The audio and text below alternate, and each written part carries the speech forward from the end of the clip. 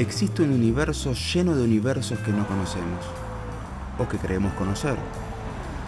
En tiempos de urgencias y comunicación efímera, profundizar un tema y hacer una pausa para pensar es más complejo. Entender lo complejo es la tarea necesaria para mirar con claridad lo que está por venir y aquello que nos rodea en un presente que aún no comprendemos, porque es más complejo. Hablar de drogas es un tema más que complejo, valga la redundancia con el título del programa.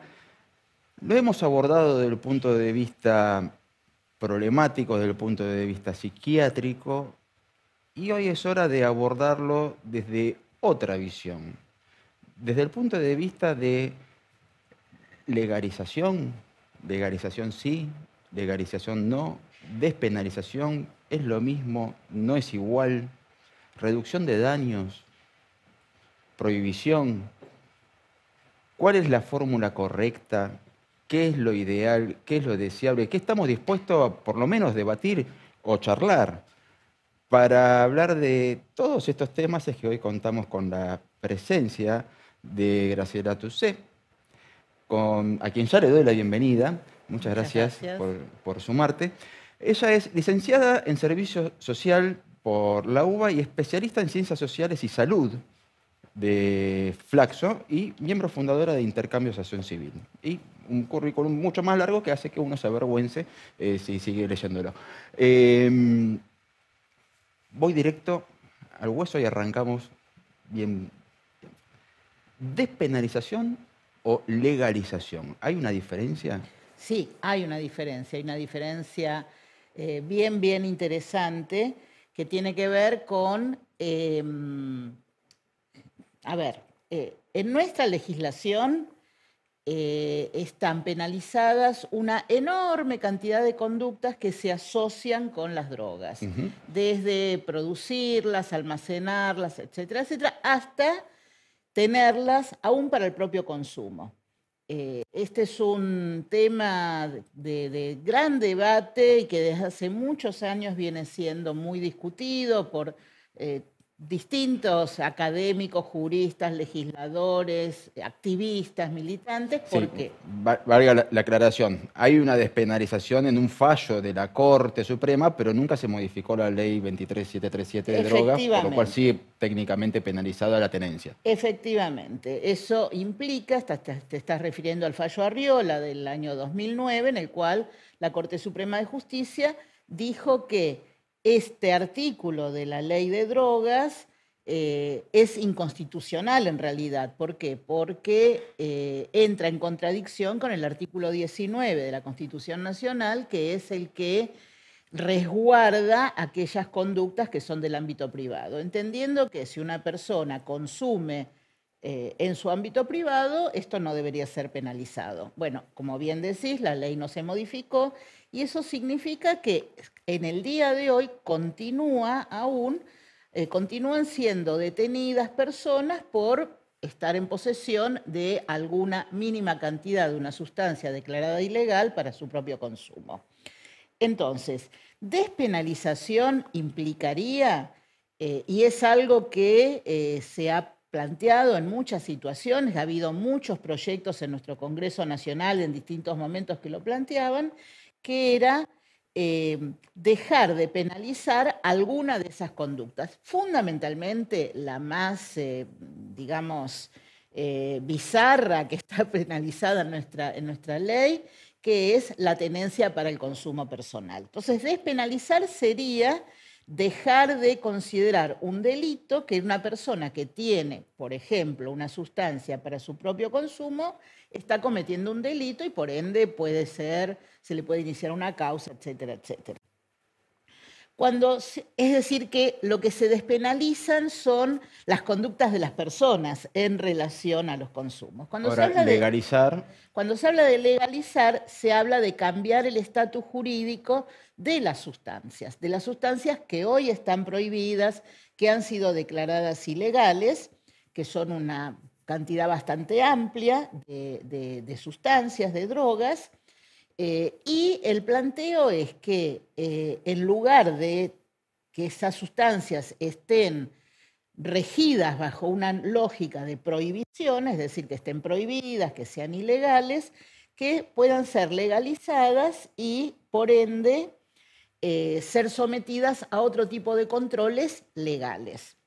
Yo siempre prefiero hablar de regulación de las sustancias y no de legalización. ¿Por qué? Porque para muchos la palabra legalización suena a liberalización. A ver, vamos a ir al kiosco de la esquina y vamos a comprar cualquier droga como si fuera un caramelo. En realidad no es así. En una época sí fue así.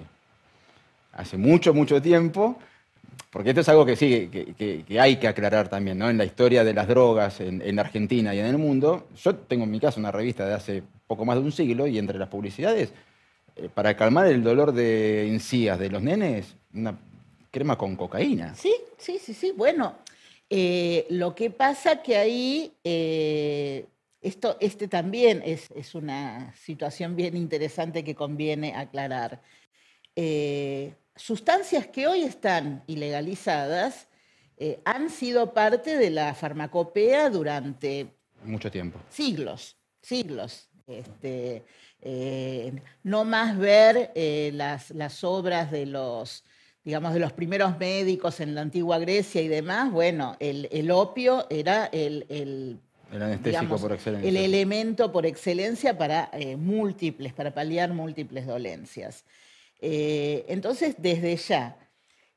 Ahora, ¿por qué por qué incluyo el término regulación? Y me gusta más porque es señalar que cuando uno plantea hay que sacar las sustancias del campo de la prohibición y hay que pasarlos a un campo de la regulación, de una regulación legal, que implica que sean controlados como cualquier otra sustancia, porque lo que muchas veces se pierde de vista con la prohibición es que en realidad en un mercado donde hay mercancías que están prohibidas, porque, digamos, las drogas hoy son eso, son una mercancía que se maneja en un mercado clandestino, manejado por organizaciones criminales, no es que el control está en manos de esas organizaciones criminales. Cuando uno plantea una regulación legal, lo que plantea es que sea el Estado quien establezca distintas normas de control de calidad, de distribución, etcétera, etcétera. Digo, lo que ocurre con muchas drogas que no están prohibidas. Porque valga aclarar esto, la palabra droga nos remite siempre a la idea de prohibición, pero en realidad droga es una palabra que remite a sustancias que generan algún cambio en el organismo. Entonces, hay drogas que están hoy ilegalizadas, la cocaína, por poner una. Pero hay una cantidad de drogas que están permitidas, socialmente aceptadas, el alcohol, el tabaco, y hay otras drogas que también, estando permitidas, tienen otro tipo de regulaciones, como es el caso, por ejemplo, de los psicofármacos, que son permitidos y se accede a ellos bajo prescripción médica. Entonces, tenemos distintos tipos de regulaciones. ¿Por qué hay drogas que, en lugar de estar reguladas, con lo que implica eso de mayor seguridad para las personas que la utilizan, están así, dejadas de lado? Y además, digo, no hay que ir muy lejos. Está el ejemplo típico de lo que fue la experiencia de la ley seca en Estados Unidos cuando se prohibió el alcohol y el desastre que generó todo eso en materia sanitaria, en materia de seguridad, la conformación que ahí quedó de una mafia instalada, corrompiendo, etcétera, etcétera.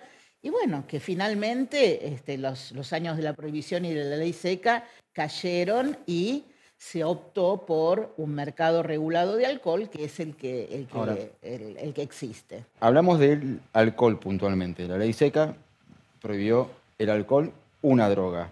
Ahora, cuando hablamos de regular las drogas,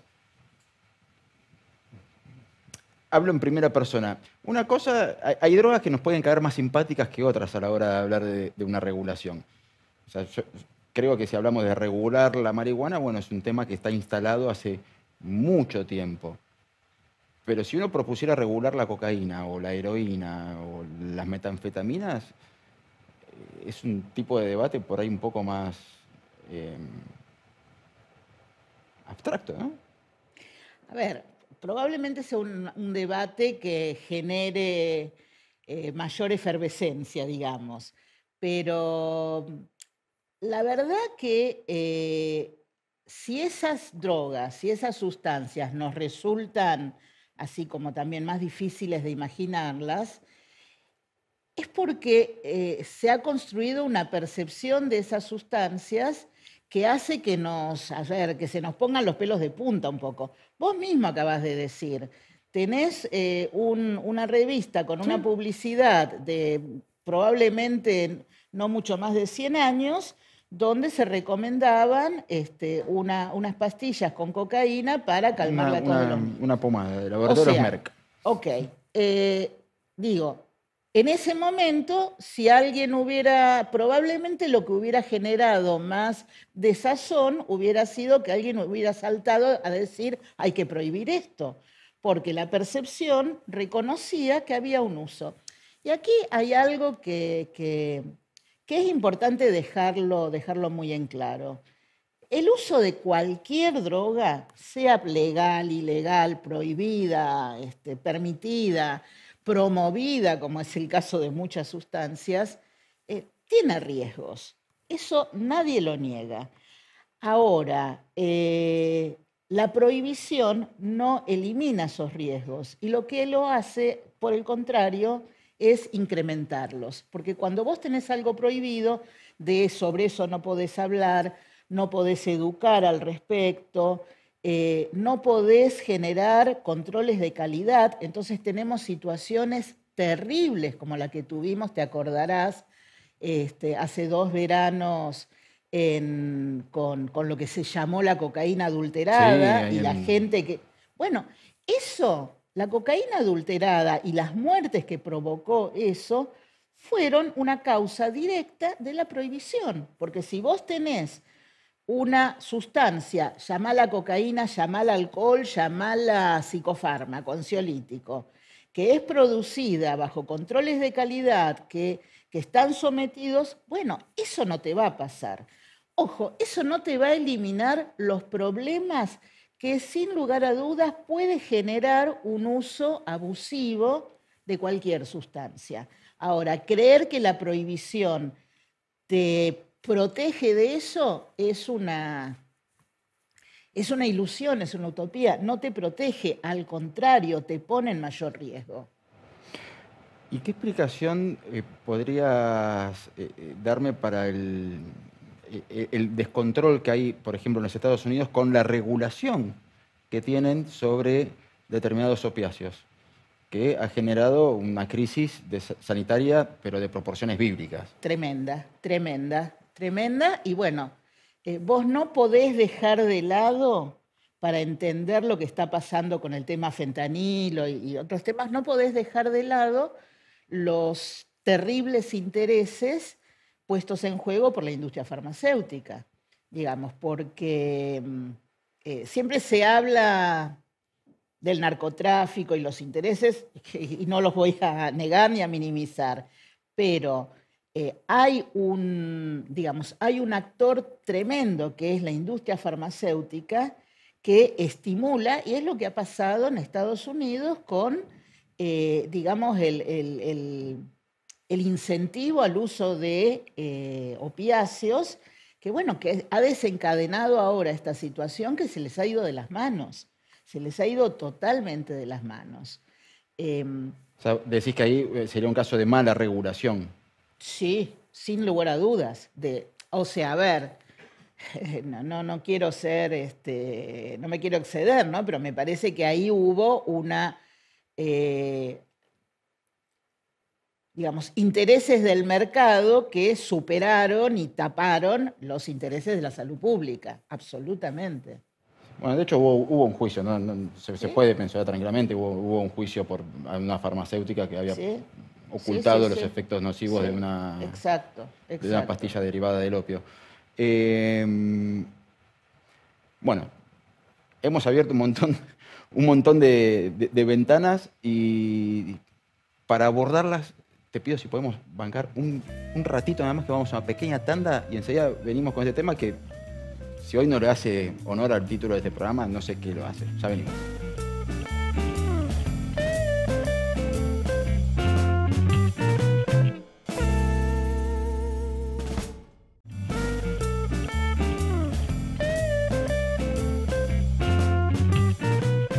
Una de las cuestiones que más se debate, sobre todo cuando uno tiene conocidos o amigos que han padecido o que padecen el camino de salir de una adicción, cuesta hablar mucho de reducción de daños o de reducción de riesgos. Con lo cual te quería preguntar a qué se refieren ustedes en la Asociación Civil Intercambios con el PAF, que es un dispositivo que trabaja en la reducción de riesgos en el consumo. Exacto. A ver, desde la Asociación Intercambios nosotros trabajamos desde el paradigma de reducción de riesgos y daños en todas nuestras acciones. Sí. Si me permitís hacer un poquito de historia brevemente, sí, Intercambios nace en el año 1995. En ese momento, en Argentina, la epidemia de SIDA estaba fuertemente asociada al uso inyectable de drogas. Las personas transmitían el VIH al compartir el material de inyección, sí, y todo lo que se les decía era dejen de drogarse. La gente no se dejaba de drogar. Nosotros decidimos fundar Intercambios para comenzar a trabajar desde la perspectiva de reducción de daños, planteando, bueno, esta práctica existe, esto ocurre, las personas hacen uso de sustancias, lo están haciendo de esta manera y están poniéndose en riesgo de situaciones mucho más complejas, como era en ese momento la transmisión del VIH, de las hepatitis. Entonces comenzamos a trabajar desde la perspectiva de reducción de riesgos y daños, planteando que, no planteando deje de drogarse. Obviamente, si la persona quería dejar de consumir, ahí lo acompañábamos y lo apoyábamos. No es que nos oponemos a que la gente deje de consumir. El tema es qué pasa con aquellas personas que no quieren o no pueden dejar de hacerlo. Entonces, lo que trabajábamos era, bueno, cómo podemos reducir los riesgos a que se expone cuando estaba en ese momento compartiendo el material de inyección para consumir las sustancias.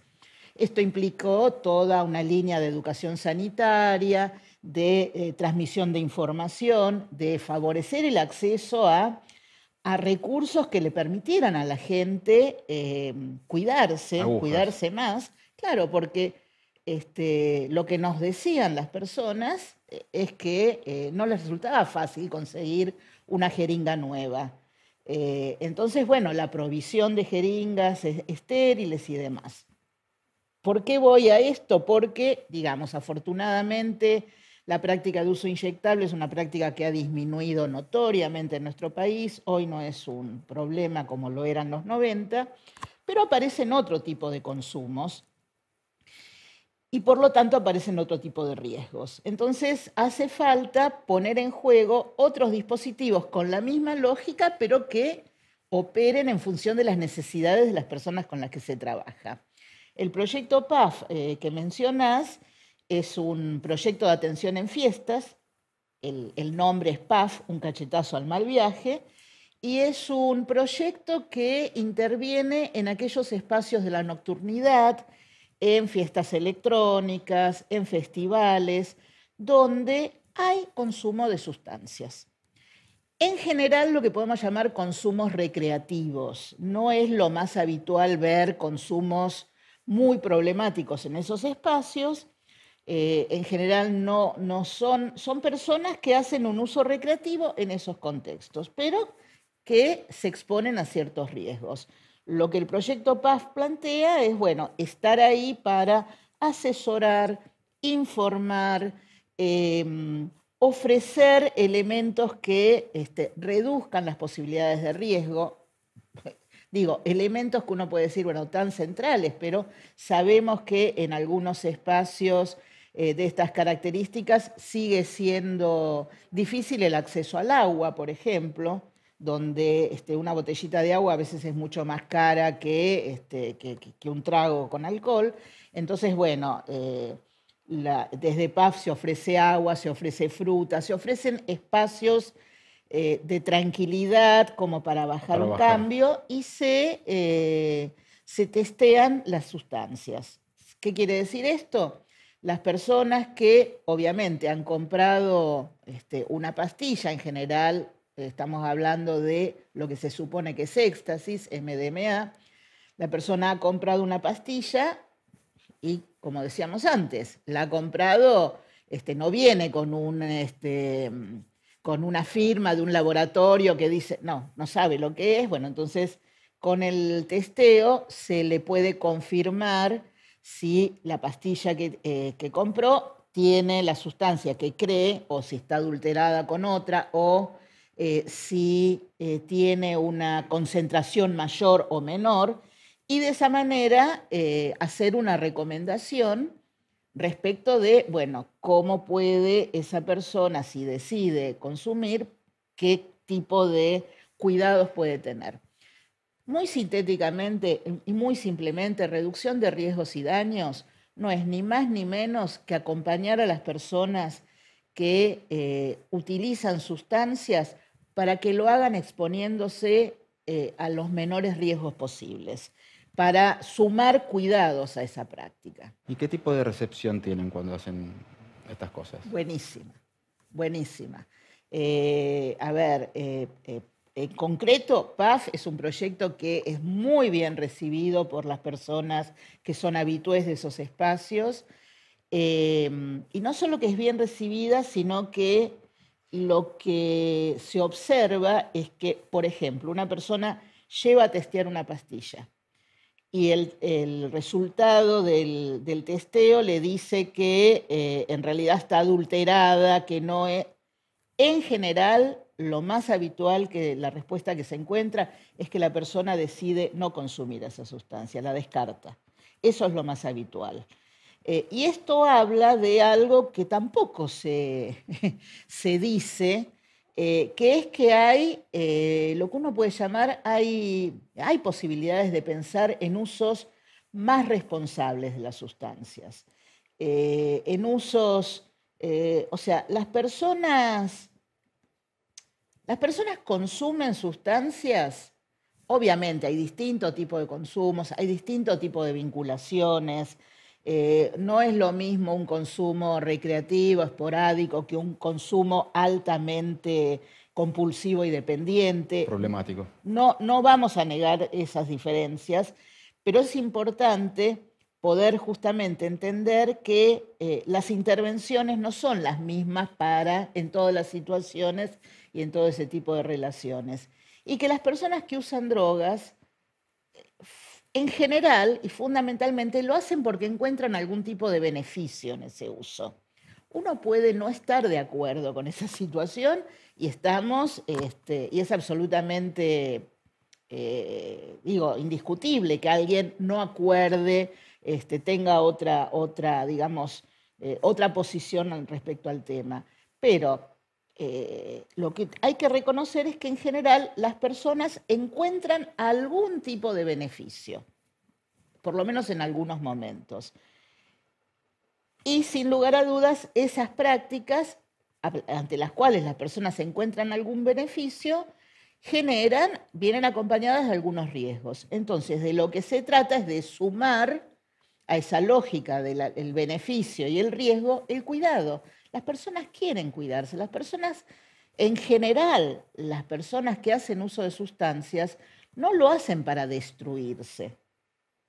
Y si muchas veces tienen, como dicen, un mal viaje, es porque le faltó información, es porque le faltó acceso a recursos, tanto materiales como simbólicos, para que esa práctica que realiza sea más cuidadosa. Yo, en parte para hacer bien los deberes y todo, he leído un ensayo que habías presentado hace un tiempo a nivel universitario y veía las distintas etapas que abordabas de lo que había sido la etapa de la penalización a la etapa de la criminalización a la medicalización y cómo iban evolucionando los distintos autores. Cada vez que hacías una referencia a un año de publicación, decía, wow, cómo van saltando de criterio de década a década. Esto me lleva a preguntarte sobre qué es hoy un consumo problemático y un consumo recreativo, o si ustedes hacen una diferenciación de cuando viene alguien, decir, este muchacho tiene un problema, ¿lo estoy ayudando con esto en su problema o estoy contribuyendo? A ver, dos cuestiones en esto que planteás. Para nosotros la noción de consumo problemático es una noción muy útil, muy rica y que hay que pensarla como una categoría situacional. ¿Qué quiero decir con esto? Una persona puede hacer una, no sé, una primera prueba con una sustancia, puede estar teniendo un consumo experimental, pero si la situación lo amerita, esa situación aún experimental, esa primera vez, puede ser problemática. A ver, el pibe que se tomó de más, tomó bastante alcohol y se sube a manejar un auto, aunque haya sido sus primeras, y que no dice, no es un alcohólico, no, bueno, pero ahí ese consumo es problemático, esa situación ha sido problemática. Y ahí nos parece, ¿y por qué digo que es un concepto muy útil? Porque te permite intervenir en la situación y no desde una entelequia de, bueno, a ver, las adicciones siempre. No, es la situación concreta. Esta persona concreta, en este momento, en esta situación concreta, ¿es problemático o no es problemático? Obviamente, hay tipos de consumo, hay vínculos que las personas establecen con las sustancias, como mencionábamos antes, con un alto grado de compulsividad, lo que uno puede llamar los consumos dependientes, donde toda la vida de esa persona gira en torno al consumo, donde en ese caso uno dice, bueno, acá este es un consumo problemático porque está invadiendo todas las esferas de la vida. Ahora, sea en el caso digamos, de un consumo muy esporádico, o sea, aún en el caso de los consumos dependientes, mucho más complejos, la posibilidad de intervenir desde la lógica de reducción de riesgos y daños es válida. Y es válida además y fundamentalmente porque lo que organiza la intervención en reducción de riesgos y daños es armar algo así como una jerarquía de objetivos que vos te planteás con la persona. Y hay objetivos que son más fáciles de alcanzar y hay objetivos que son más difíciles de alcanzar. Entonces, cuando una persona tiene un consumo dependiente, plantearle de arranque y sin que la persona, digamos, esté de acuerdo con eso, que el objetivo tiene que ser lograr la abstinencia, es plantear algo casi inalcanzable para ese momento. Ahora, plantearle quizás que reduzca las dosis, que reduzca la frecuencia en el consumo, eso puede ser de arranque, como un primer objetivo, mucho más fácil de alcanzar. Y eso implica un giro y digamos, un inicio en un camino de construir cuidados. Después, si la persona puede y quiere seguir avanzando en buscar y en conseguir objetivos más complejos, por ejemplo, llegar a la abstinencia, bueno, se lo acompaña en esa situación. Pero el tema es que ahí es muy importante poder tener presente la voluntad de esa persona, la voluntad en el sentido del deseo, de qué es lo que está planteando, y no imponer uno como profesional, como quien interviene, como equipo, como institución, no plantear uno cuáles son los objetivos que vos tenés que alcanzar, sino acompañar a que esta persona encuentre y vaya encontrando cuáles son esos objetivos. ¿Y cómo manejan el tema de la edad? Es una gran curiosidad que se me acaba de disparar, ¿no? O sea, sí, está prohibido comprar cigarrillos si no son mayores de 18 años. Todo lo que hemos fumado empezamos mucho más chicos. Está prohibido el acceso al alcohol, etc. Ahora, son sustancias que se pueden llegar a conseguir de forma legal por otras vías. Ahora, con sustancias prohibidas, están ustedes en el PAF y cae un chico, ¿piden documentos o cómo lo abordan? Es un tema bien complejo. A ver, en general, y depende del tipo de consumo, y depende y también de la edad. No es lo mismo un menor de edad de 16 años que un chiquilín de 9, 10 años, ¿no es cierto? Pero digamos, esta lógica del acompañamiento, del evitar, evitar la regulación, evitar la regulación por el castigo, evitar la regulación por el no, siempre es no. Es poder ir trabajando, digamos, nuevamente en las situaciones.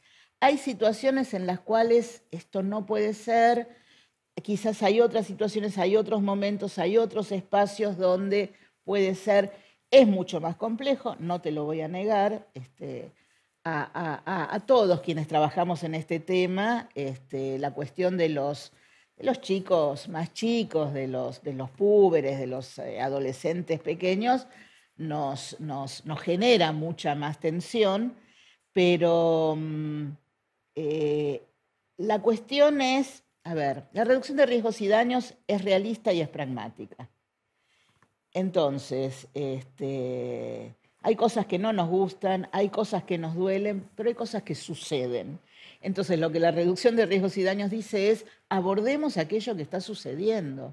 No hagamos como que, no miremos para otro lado. Y eso implica también el trabajo con niños, con adolescentes, con jóvenes,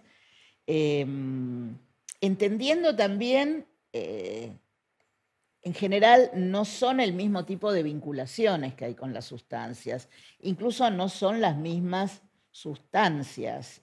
Nuestra experiencia en espacios más comunitarios y demás, no es que no haya consumo de otro tipo de sustancias, pero en general las mayores problemáticas en adolescentes, en púberes, tienen que ver con el consumo de alcohol, tienen que ver con el consumo de alcohol, y bueno, ahí lo trabajamos, y ahí lo trabajamos desde la lógica de, podés pasarla bien sin tomar alcohol. No hace falta tomar alcohol para pasarla bien. Ahora, si vas a hacerlo, si vas a tomar alcohol, ojo, tené presente estas cosas. Sí, es todo un tema, porque básicamente se me viene a la mente un montón de imágenes que a veces hacemos como que no las vemos, desde chicos aspirando pegamento en una estación de tren, y uno dice, ¿cómo hago para reducirle el riesgo a este pibe si lo único que tengo que hacer es sacarle la bolsa de pegamento? O sea, no hay forma de reducirle el riesgo en ese tipo de consumo.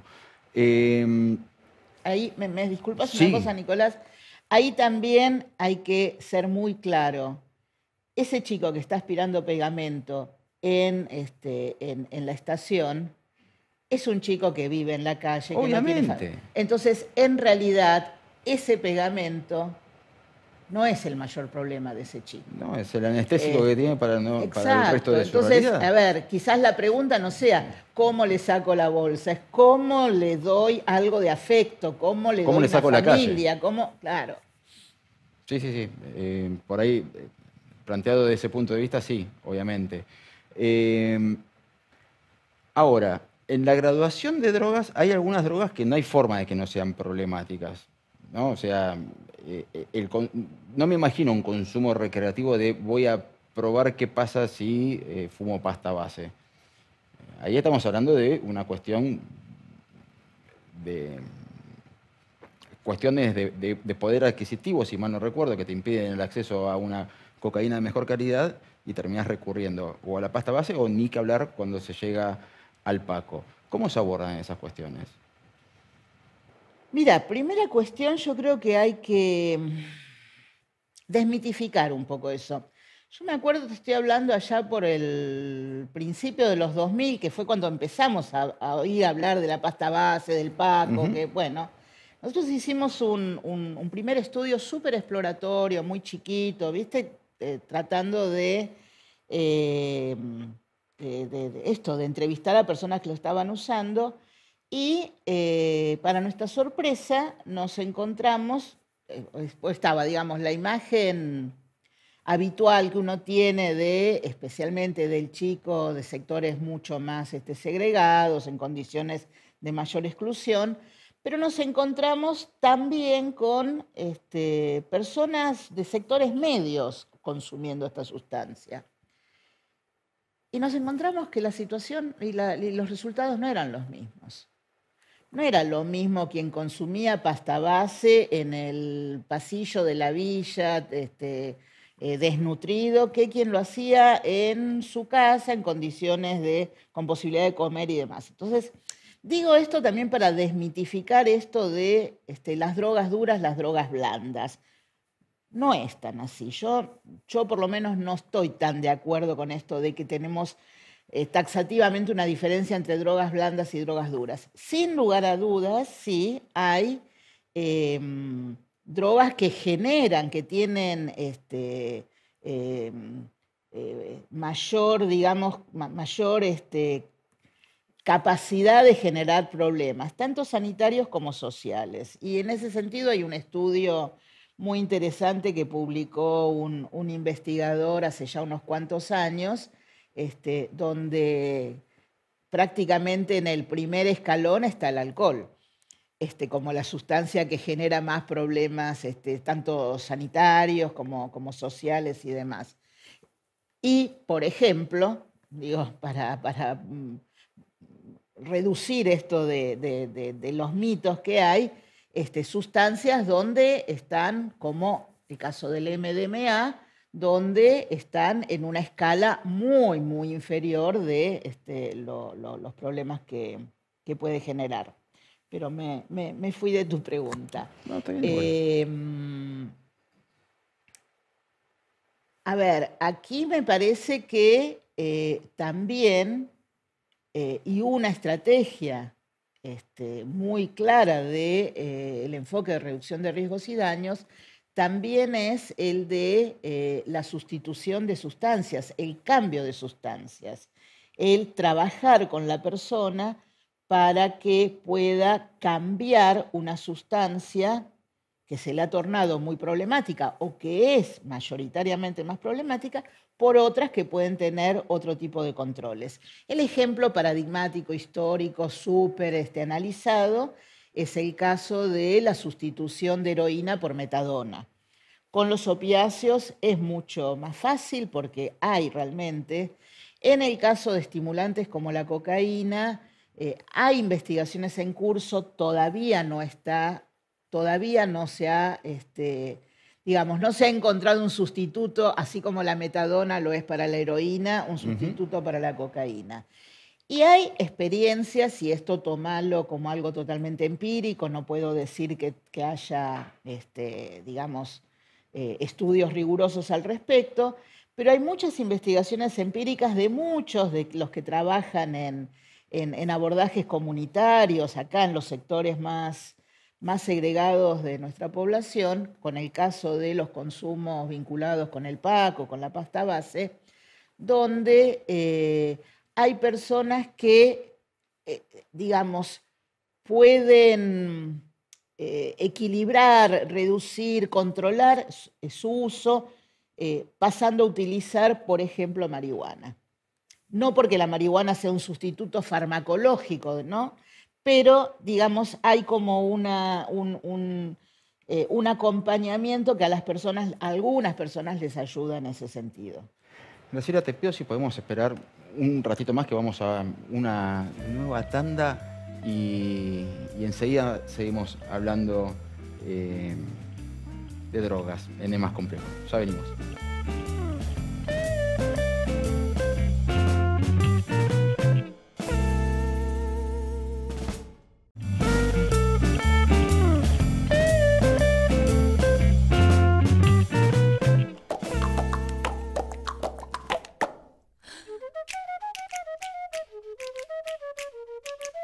¿Sabías que podías calmar dolores y otras patologías con una medicina natural? Esto, obviamente, no lo digo yo. Recuperar una vida digna a través del cannabis medicinal es una opción. El 5 de mayo de 2022 se sancionó la ley 27.669. Tiene como objetivo regular el uso del cannabis con fines terapéuticos y medicinales, pero también la producción y comercialización del cáñamo industrial. ¿Pero qué es el cáñamo industrial? Es una variedad de la planta del cannabis que tiene varias aplicaciones industriales. La fibra del cáñamo se usa principalmente para la producción textil, pero también se usa para la fabricación de cuerdas, de papeles y de materiales de construcción. La ley además establece un registro de usuarios y un programa de capacitación para los profesionales de la salud. Personas con epilepsia, fibromialgia, dolores de espalda, insomnio, incluso combatientes de Malvinas con estrés postraumático ya contaron su experiencia positiva. Ahora ya sabes, tener acceso gratuito al aceite de cannabis y una mejor calidad de vida, posta, es tu derecho.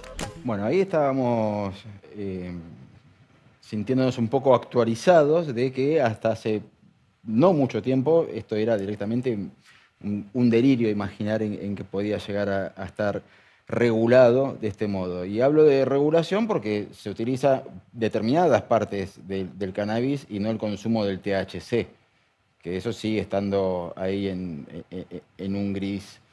En un gris legal, como habíamos hablado al principio, de que está permitido por la Corte, pero no por las leyes. ¿Por qué crees que se pudo llegar a abordar esto de una forma tan abierta y se sigue cortando en CBD sí, THC no?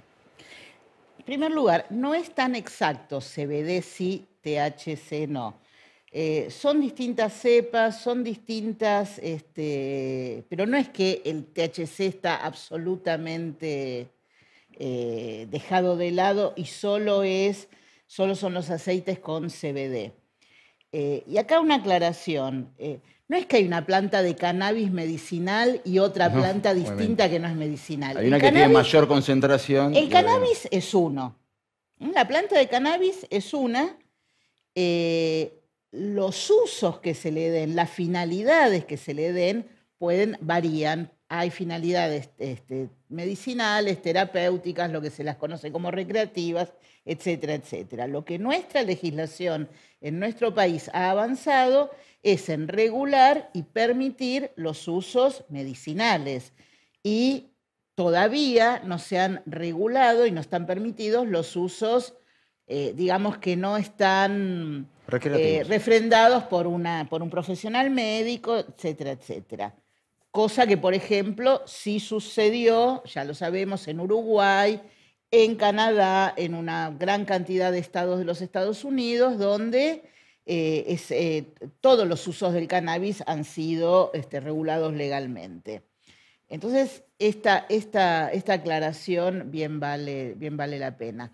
¿Cómo se llegó? Y yo creo que se llegó a través del activismo de muchas personas y fundamentalmente de digamos, la exposición pública que hicieron familiares, madres fundamentalmente, de chiquitos, en particular de los chiquitos con epilepsias refractarias, con fibromialgia, que no estaban encontrando ninguna respuesta y que encontraron que cultivando en el jardín de su casa una planta y aprendiendo a procesarla y hacer un análisis, ese chiquito que tenía una cantidad de convulsiones tremendas durante el día, podía reducir esa situación. Bueno, esto generó todo un movimiento, que es un movimiento que hace a lo que se ha constituido realmente como un actor social y político, que es el movimiento canábico en nuestro país.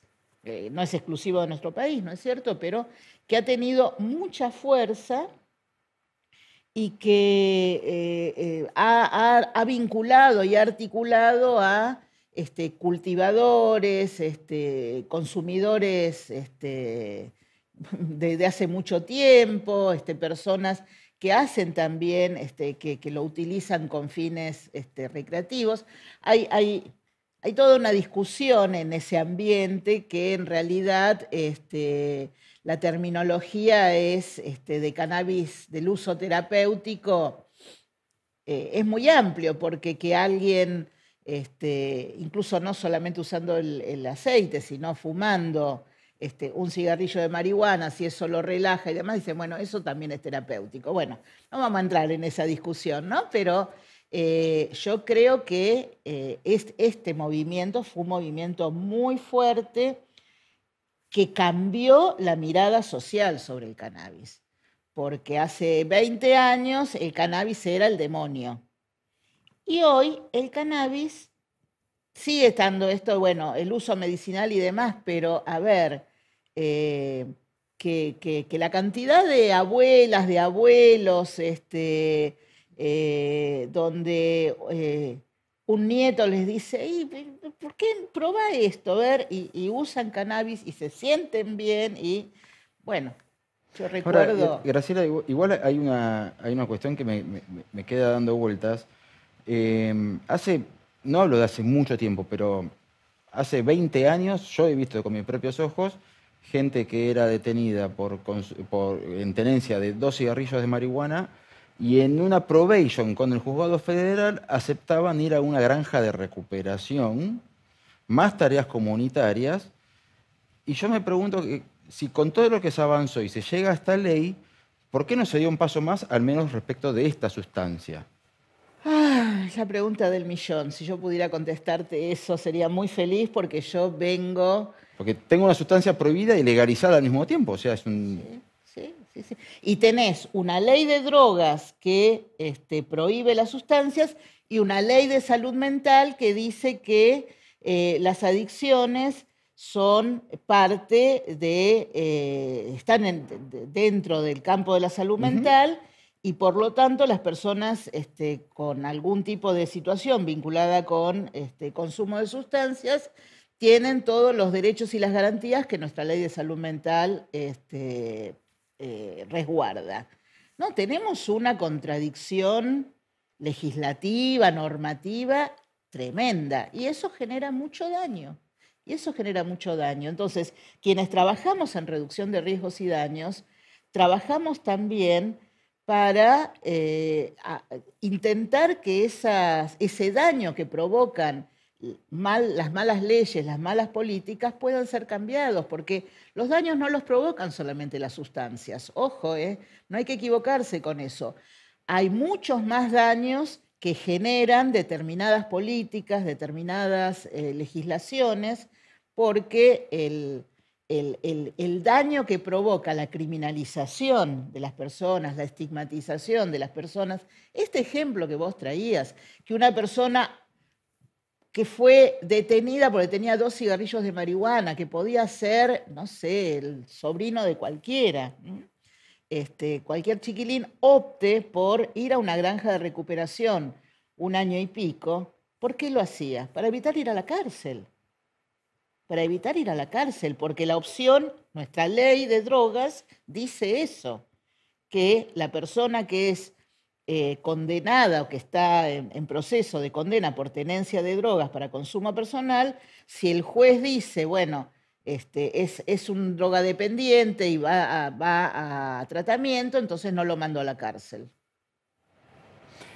Graciela, bueno, antes que nada, muchas gracias por acercarte a charlar de todo este tema que debe ser una de las pocas veces en las que me queda dando vueltas un montón de cuestiones que yo por ahí las puedo tener claras.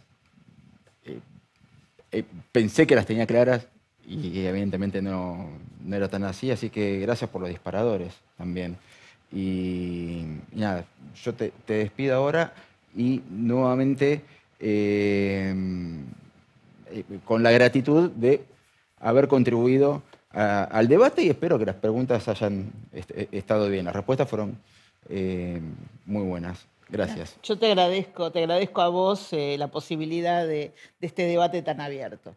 Bueno, evidentemente, si algo quedó muy marcado en esta charla es el poder de la reducción de daños. Es algo que incluso a mí me cuesta un poco asimilar, pero ante la realidad y ante la dureza de determinados datos y algunas noticias que hasta hemos borrado de nuestra memoria, no son caminos contrapuestos, ni el tratamiento de las adicciones, ni la reducción de daños al momento de hablar desde estupefacientes o básicamente sustancias prohibidas que alguna vez no lo estuvieron, hoy lo están y otras están en discusión sobre si deberían volver a ser legales, como alguna vez lo fueron. Un debate abierto, un debate que lo tenemos puertas adentro, pero cuando lo queremos hacer público se vuelve mucho más complejo, haciéndole honor a al título de este programa, del cual por hoy me despido y los espero en la próxima emisión. Hasta la próxima.